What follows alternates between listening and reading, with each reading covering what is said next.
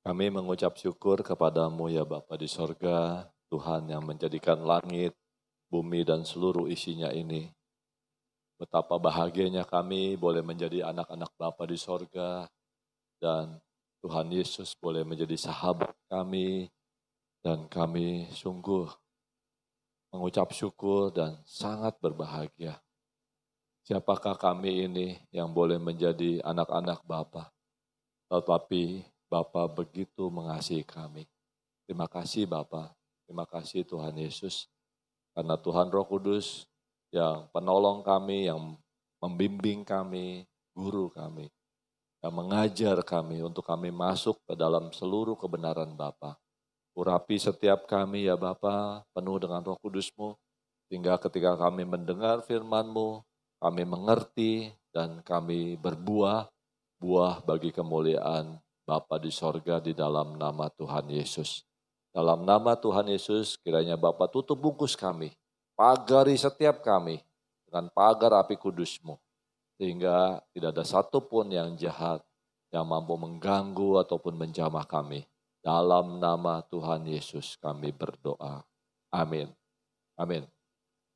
Hidup oleh percaya. Amin. Ya. Banyak orang yang mengikuti Tuhan Yesus. Betul ya? Banyak kan? Ribuan ya kan? Ya, mereka banyak yang mengikuti Tuhan Yesus. Tapi sayang, mereka mengikuti, tidak meneladani Tuhan Yesus. Tidak mendengar apa yang Tuhan Yesus katakan. Sehingga mereka juga tidak mengerti apa yang dikatakan Tuhan Yesus.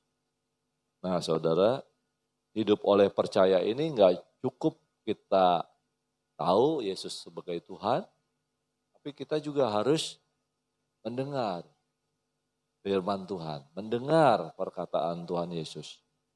Tidak cukup mendengar saja, tapi kita juga harus mengerti. Karena kalau tidak mengerti, sama seperti itu loh saudara, benih yang di pinggir jalan. Jadi ada burung yang patok. Atau tidak mengerti itu sama seperti benih yang tumbuh di batu-batu. Ya, tumbuh sebentar saja, riang gembira, tapi gak berakar. Nah, jadi saudara, kenapa pentingnya mengerti? Tujuannya adalah supaya kita mengakar. Mengakar tuh mendapat makanan dari Tuhan. Sama seperti yang dikatakan di dalam warta tadi mulanya. Injil itu adalah kekuatan Allah. Saudara, di dunia ini kita orang-orang percaya punya banyak sekali musuh. Ya, betul nggak? Banyak musuh. Saudara sadari nggak sadari banyak musuh. Nah, saudara harus punya kekuatan untuk menghadapi musuh. Dan kekuatan itu adanya di dalam Injilnya. Tadi Injil adalah kekuatan Allah. Jadi saudara harus mengerti bahwa saudara sudah diperlengkapi oleh senjata itu. Senjata dari tempat yang maha tinggi. Yang tidak bisa mengenai saudara sebenarnya. Nah, Injil itulah kekuatan Allah. Amin. Saudara tinggal responi, saudara tinggal upayakan, giatkan diri kita untuk baca firman Tuhan. Baca Injil itu. Supaya itu masuk ke dalam diri saudara, menjadi tameng, menjadi perisai. Karena ada iman. Ketika saudara membaca firman Tuhan, saudara mendengar dan mengerti, itu menjadi tameng. Yang saudara tidak lihat tapi saudara bisa rasakan.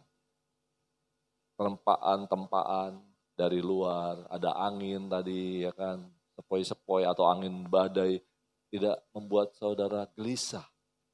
Karena ada kekuatan Tuhan. Karena saudara ketika membaca firman, saudara lihat bahwa oh Yesus itu sanggup ya melakukan segala perkara dalam hidupku. Dan aku pernah ngalaminya. Maka itu aku tidak perlu takut. Aku tidak perlu khawatir. Karena Tuhan Yesus senantiasa menjagaku. Nah, disitulah kekuatan saudara. Iman yang timbul. Imanmu telah mengalahkan dunia. Amin, saudara. Oke ya. Itu introduction ya, pembukaan. Nih. Nah, ini sama. Injil itu diambil dari Roma 1 ya. Ayat 16-17. Injil itu kekuatan ya. Jadi saudara sayang kan kalau punya Injil tapi nggak dipakai kan, nggak dibaca, nggak dimengerti. Padahal itu adalah kekuatan Allah. Kalau saudara coba nonton film kungfu, ada suatu senjata yang senjata yang luar biasa hebatnya. Wah, sampai orang bunuh-bunuhan untuk mengejar senjata itu supaya dia miliki, betul nggak? Lah ini Injil. Injil itu senjata atau kekuatan Allah. Masa saudara nggak mau berebutnya itu? Dan itu diberikan kepada saudara dengan begitu limpahnya. Apakah saudara mau buka? Apakah saudara mau baca? Apakah saudara mau mengerti? Apakah saudara mau mengalami Injil itu? Yes, aku mau. Maka Injil itu menjadi kekuatan kita. Amin. Sebab aku mempunyai keyakinan yang kokoh dalam Injil. Jadi saudara harus ada keyakinan yang kokoh dulu. Bahwa kita punya Injil itu sebagai kekuatan Allah. Kalau enggak saudara biarkan tuh sampai berdebu. Atau saudara biarkan itu di atas meja tanpa dibaca. Karena Injil adalah kekuatan Allah. Bukan hanya kekuatan tapi apa? Menyelamatkan. Sanggup menyelamatkan hidup saudara dan saya tentunya. Kalau sampai sekarang ini saudara ada dan saya ada, itu karena Tuhan menyelamatkan saya melalui Injil itu. Yang ketika saya dengar, saya katakan amin. Ketika saya dengar, saya mengerti, saya katakan amin Tuhan. Amin saudara. Itu menyambut. Jadi ada sambutan. Jadi saya bersinergi dengan firman. Ketika firman itu katakan, Tuhan Yesus adalah Tuhan bagimu. Saya katakan amin, itu bersinergi. Ada yang, Tuhan Yesus adalah Tuhan. Diam aja. Nggak bersinergi. Mentok, mental. Tapi kalau bersinergi, lihat jari aja begitu. Amin saudara. Jadi saudara, kalau saudara dengar firman, saudara mengerti itu, katakan amin, karena dia bersinergi. Amin saudara. Maka itu, anggur yang baru harus ditaruh, disimpan di dalam kantong yang baru pula. Nah saudara, anggur baru itu adalah firman Tuhan, urapan Tuhan, urapan Roh Kudus. Enggak bisa ditaruh di kantong yang lama, hidup lama saudara, hati yang lama saudara, tabiat yang lama, enggak bisa, sobek dia, hancur. Kantong yang baru adalah menunjukkan hati yang baru. Amin saudara. Urapan yang baru harus disimpan di hati yang baru, hati yang mau dilembutkan oleh Tuhan, hati yang mau diubahkan oleh Tuhan, maka dia tersimpan dengan baik di situ. Saudara mengerti, kantong yang baru ternyata itu kantong hatiku ketika menerima anggur yang baru. Supaya aku siap mendengar setiap urapan baru, setiap firman Tuhan yang baru. Karena selalu baru setiap pagi, besar setia Tuhan terhadap kita. Amin saudara. Nah jadi selalu saudara ada yang baru terus. Yang tidak pernah dilihat, aduh ini gak pernah dilihat. Jadi ceritanya tadi gitu, yang ini nih tidak pernah terjadi dalam hidup kita. Tapi itu selalu dibuat Tuhan. Itulah tandanya Tuhan Yesus kita kaya dengan sesuatu yang baru yang kita terbatas tidak bisa mengertinya. Saudara siap menerima hal-hal yang baru dari Tuhan? Tuhan Yesus akan melimpahkannya kepada saudara. Bukan hanya kepada orang Yahudi aja, tapi juga orang Yunani. Tuhan Yesus tidak pilih kasih. Terbuka keselamatan buat setiap orang. Bagi mereka yang meresponinya, yang mau percaya, yang mau menyambut Tuhan, ya. Tidak, nggak apa-apa. Tuhan juga menunggu waktunya. Mungkin ada saatnya bagi mereka. Sebab di dalam Injil itu saudara, nyata kebenaran Allah. Jadi kebenaran Tuhan itu nyata. Enggak bisa fiktif, enggak. saudara ngalami keselamatan, yes, nyata keselamatannya. Kalau saudara, kok tadi tiba-tiba, aduh, di jalanan nggak keserempet ya, Tuhan lindungi ya. Itu bukan kebetulan, saudara. Nah, sebab di dalam Injil nyata kebenaran Allah yang bertolak dari iman. Nah, ini yang penting, saudara. Ketika saudara dengar, saudara ngerti, saudara timbul iman. Saudara percaya, timbul iman. Dan memimpin kepada iman. Seperti ada tertulis. Akhirnya ini dia yang paling penting. Orang benar akan hidup oleh iman. Kita hidup cuma karena percaya. Aku hidup, aku alami Tuhan Yesus sungguh baik. Ketika aku susah, aku tinggal ngomong, Tuhan, aku susah. Tuhan lindungin, Tuhan berikan jalan keluar.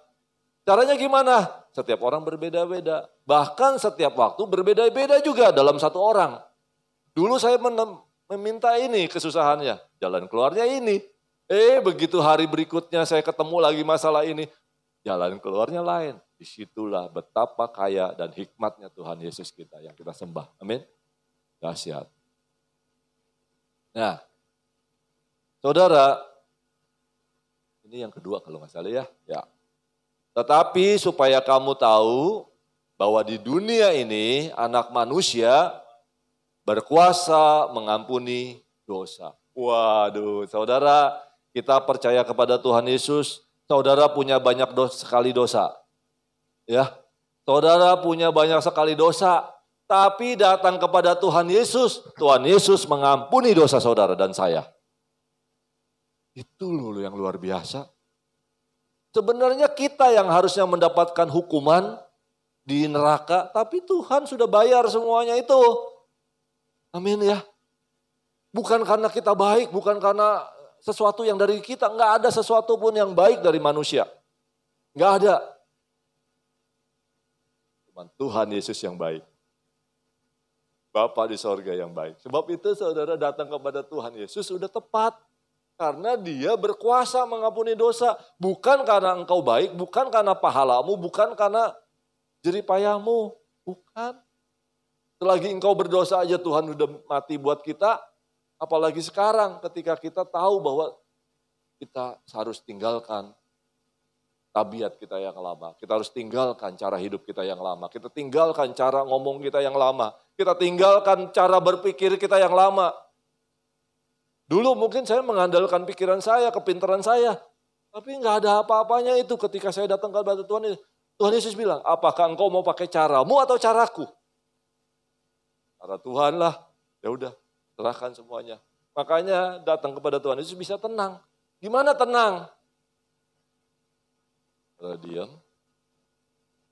Saudara nikmati. Ada angin sepoi-sepoi.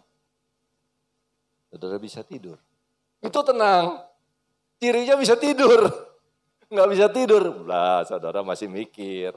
Untuk saudara punya pikiran berarti. Bagi teman-teman saudara-saudara yang nggak bisa tidur, berarti belum menyerahin ke Tuhan Yesus. Betul nggak? Kalau dia bisa tenang, dia cuma duduk aja, berbaring aja. Tidur dah. Aku membaringkan diriku, lalu segera tidur. Itu ciri orang tenang. Ciri orang yang percaya kepada Tuhan Yesus. Yang mengandalkan kekuatan Tuhan. Bukan kekuatan diri sendiri. Tahu saudara kenapa gak bisa tidur? Karena saudara mikir. Pakai ini ya. Pakai jalan itu kali. Enggak, itu gak mungkin beres. Pakai ini. Wah, mesti ke sana. Oh, mikir. Jadi semakin lemah sampai jam 6 pagi. Loh, aku gak tidur. Gak tidur. Merem sih matanya tapi gak tidur. Karena apa? Mikir. Capek. Udah mikir capek. Kenapa enggak serahkan segala kekhawatiranmu kepada Tuhan? Ya. Serahkan. Gimana sih serahin ya? Udah jangan dipikirin. Itu cirinya itu. Kalau kita enggak, saya enggak. Pikiran saudara. 80% atau enggak tahu berapa 70% itu semuanya di pikiranmu. Kenapa enggak bilang, Tuhan, aku serahkan ya pikiranku nih, aku gak mau pakai caraku, cara Tuhan deh. Bagaimana caranya? Nggak tahu. Aku jalanin aja. Enjoy aja. Kenapa engkau mikirkan kekhawatiranmu? Udah, kekhawatiran sehari aja, jangan pusing. Hah? Ya, jangan pusing, saudara, serahin aja. Ya kan? Ya. Oke. Ya, nah, di dalam Markus 2, 10-11, tahu Tuhan Yesus baik, dengar ucapannya, percaya Tuhan Yesus, setiap perkataan Tuhan Yesus, dan yang terakhir, alami. Karena ketika saudara ngalamin, hari lepas hari, perkara lepas perkara dengan Tuhan Yesus, saudara akan bilang, dahsyat ya Tuhan Yesus. Dahsyat engkau Tuhan Yesus. Saudara akan dibuat kagum olehnya. Amin saudara. Amin ya. Nah, Tuhan Yesus mendengarnya dan berkata kepada mereka, bukan orang sehat yang memerlukan tabib, tetapi orang sakit. Aku datang bukan untuk memanggil orang benar, melainkan orang berdosa. Saya orang yang berdosa. Tapi betapa bahagianya saya diterima sama Tuhan Yesus. Saudara, kalau Tuhan manggil orang benar, saya nggak masuk hitungan. Nggak masuk, kamu nggak benar Hadi, keluar sana. Tapi puji nama Tuhan Yesus. Tuhan Yesus tidak memanggil orang benar, tetapi orang berdosa. Nah, sekarang datang kepada Tuhan gimana? Karena apa kita datang ke Tuhan? Mau diselamatkan, mau disembuhkan, mau dipulihkan, mau dapat kekayaan, keriangan, kecukupan, kenikmatan, semua itu. Apakah karena itu? Dulu. Ini yang Tuhan bilang. Jangan cari itu. Jangan cari kenikmatan, pemulihan, kesembuhan. Bukan itu. Tuhan udah katakan. Jelas di dalam Yohanes 15 ayat 4 apa? Tinggallah di dalam aku. Ini Tuhan Yesus yang ngomong. Dan aku di dalam kamu. Sama seperti ranting tidak dapat berbuah dari dirinya sendiri kalau ia tidak tinggal pada pokok anggur. Demikian juga kamu. Saya juga tidak berbuah kalau kamu tidak tinggal di dalam Tuhan Yesus. Amin saudara. Jadi saya kenapa ngikut Tuhan Yesus? Saya tidak bisa hidup tanpa Tuhan Yesus. Itu. Kenapa kamu cari Tuhan Yesus? Saya mati tanpa Tuhan Yesus. Tapi sebaliknya, saya hidup karena saya tinggal di dalam Tuhan Yesus. Itu berita sukacitanya. Kenapa Injil dikatakan berita sukacita? Bukan hidup ini aja, tapi hidup kekal. Di dalam Tuhan Yesus ada kehidupan kekal. Bukankah Tuhan sudah ngomong itu? Ya kan? Di rumah Bapakku banyak tempat tinggal. Ya kan? Dan aku akan pergi ke situ untuk menyediakan tempat bagimu. Dahsyat, terima kasih Tuhan Yesus. Sudah siap. Datang lagi jemput saudara. Saudara nggak perlu tahu jalan ke surga tuh lewat mana, kanan, kiri, depan, belakang, jalan sempit, jalan lebar, nggak perlu. Tuhan yang jemput saudara dan yuk kita pulang ke rumah Bapak. Rumahmu sudah siap. Enak bukan? Gimana nggak bahagia kita saudara? Katanya di dunia ini cuma dua. Hidup atau mati. Kalau hidup saudara nggak perlu susah. Udah pasti hidup. Tapi kalau saudara hidup, sehat atau sakit katanya. Kalau sehat nggak apa-apa, nggak pusing ya kan? Nah kalau sakit baru pusing. Ya kan? Nah, kalau sakit pun ada dua. Sembuh atau tidak, ya kan? Ya makin parah maksudnya. Nah kalau sembuh nggak usah pusing. Meskipun sakit, kalau udah nantinya sembuh nggak usah pusing. Nah yang repot makin parah. Nah makin parah ada dua lagi. Ya kan? Mati atau hidup lagi kan? Sembuh ya kan? Udah hidup lagi. Kalau udah sehat sembuh lagi, udah sakit sembuh lagi. Nggak apa-apa, nggak usah pusing. Nah kalau mati nih. baru pusing. Nah mati ada dua lagi, ya kan? Ke sorga atau ke neraka. Nah kalau ke sorga nggak usah pusing juga. Udah mati ke sorga nggak usah pusing. Ya di rumah Bapak udah banyak tempat. Nah kalau ke neraka baru pusing. Masih disiapin dari sekarang. Gimana cara nyiapinnya? Datang kepada Tuhan Yesus. Tinggal di dalam Tuhan Yesus. Pasti Tuhan Yesus menyiapkan rumah. Janjinya. Saudara, jadi hidup yang tadi dua itu bagi saudara udah gak perlu pusing lagi. Toh mati juga masuk sorga kan? Kenapa pusing? Sekalipun sakit. Mati, masuk sorga. Kenapa pusing? Jadi gak ada yang dipusingkan, betul? Gak ada lagi. Di dalam Tuhan Yesus, Tuhan yang sudah ambil perkara itu buat saudara dan saya. Dia sudah mati buat saudara dan saya. Yang seharusnya kita yang mati, bukan? Ternyata udah gak ada lagi. Tuhan yang sudah bayar, lunas lah.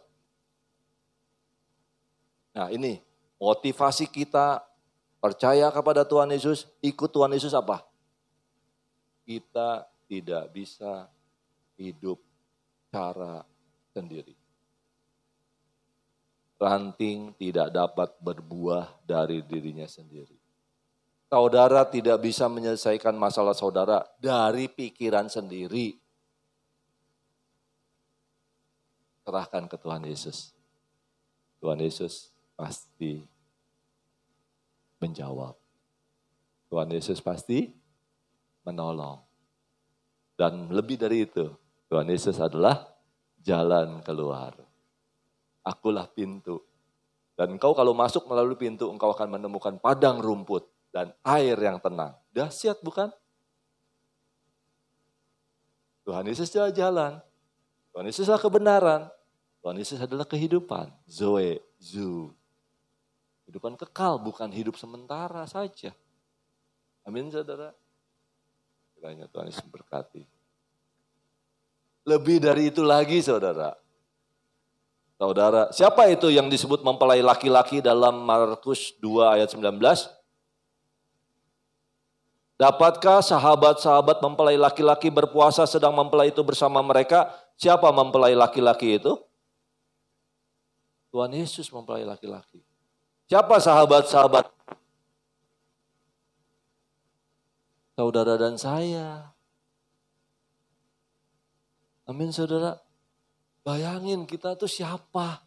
Jadi sahabat Tuhan Yesus. Padahal Tuhan Yesus adalah mempelai laki-laki. Yang nanti kalau ada undangan perjamuan kawin, Tuhan Yesuslah mempelai laki-lakinya. Kita disebut sahabat. Bukannya begitu indah saudara? Datang ke perjamuan, itu sahabat saya yang nikah. Bahagia bukan? Kalau kita mendapat bagian.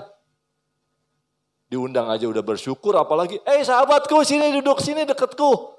Aduh saudara, di mata semua orang melihat, wah itu Hadi sahabatnya mempelai lu. Waduh dapat privilege, dapat hak istimewa. Bukankah kita bahagia di situ saudara? Itu yang kita kejar, bagaimana kita mempelai. Ini apa namanya?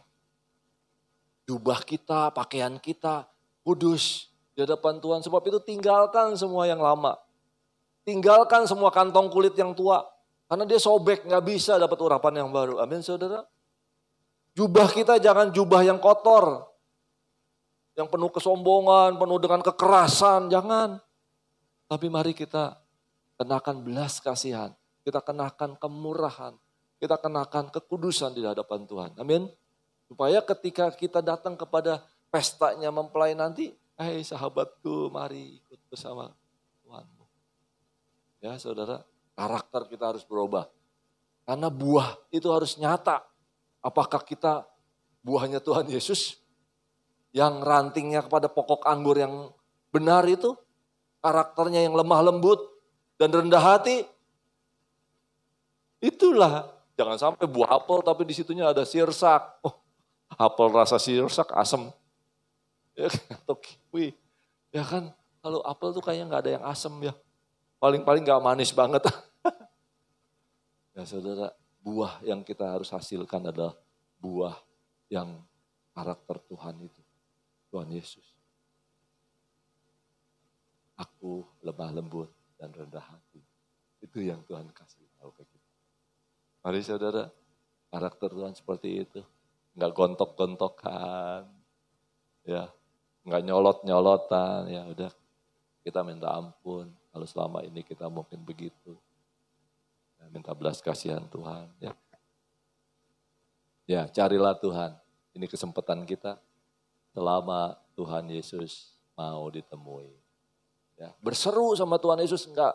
Tuhan enggak bilang, aduh aku ini Tuhan, masa kamu berserunya soal sepele begitu? Enggak, Tuhan enggak begitu. Tuhan mau menerima apapun seruanmu saudara. Masalah kecil, masalah besar, masalah hidup dan mati, terserah. Tuhan mendengarkannya.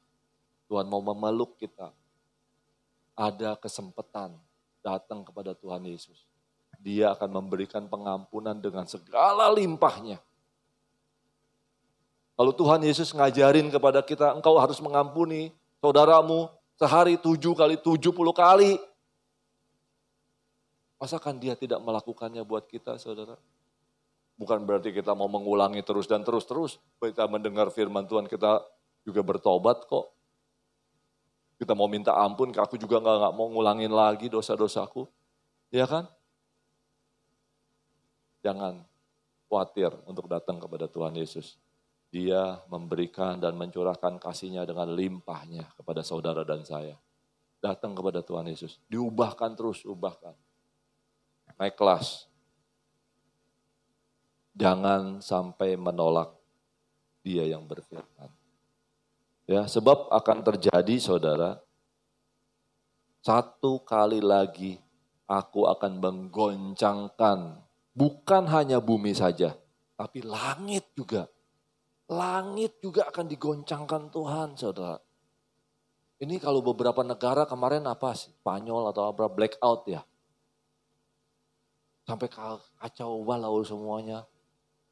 Shutdown semuanya. Kereta api udah, kereta apinya listrik lagi. Udah gak bisa jalan kaki, udah cuma satu-satunya. Ya saudara. Di Bekasi juga kejadian. Kirain jauh-jauh semua. Negara sana, ternyata di Bekasi pun terjadi. Hah? Tadi malam? Oh tuh, lihat tuh. Berita tuh kelihatannya jauh. Ternyata udah deket. Berita dulu di depan TV, jauh itu mah. Ternyata di sampingku, sebelahku, saudara. Mari tenangkan diri kita. Tuhan Yesus, Engkau menolong. Sekalipun itu terjadi di lingkungan kita, apakah kita tetap tenang di hadapan Tuhan, di dalam Tuhan Yesus? Mari kita tenangkan diri kita. Tinggalkan semua yang tergoncangkan. Apa itu? Nggak tahu, apa aja itu, semua sebutin aja. Semua tergoncangkan, cuma satu yang tidak. Apa itu? Injil kekuatan Allah, Tuhan Yesus, kerajaan sorga, itu yang tidak tergoncangkan. Itu satu. Cuma itulah, gak ada lagi yang lain. Jadi saudara, mari kita tekadkan hati kita. Aku punya cuma satu yang aku kejar. Satu yang tidak tergoncangkan. Itu apa? Tuhan Yesus saja. Firman Tuhan Yesus saja.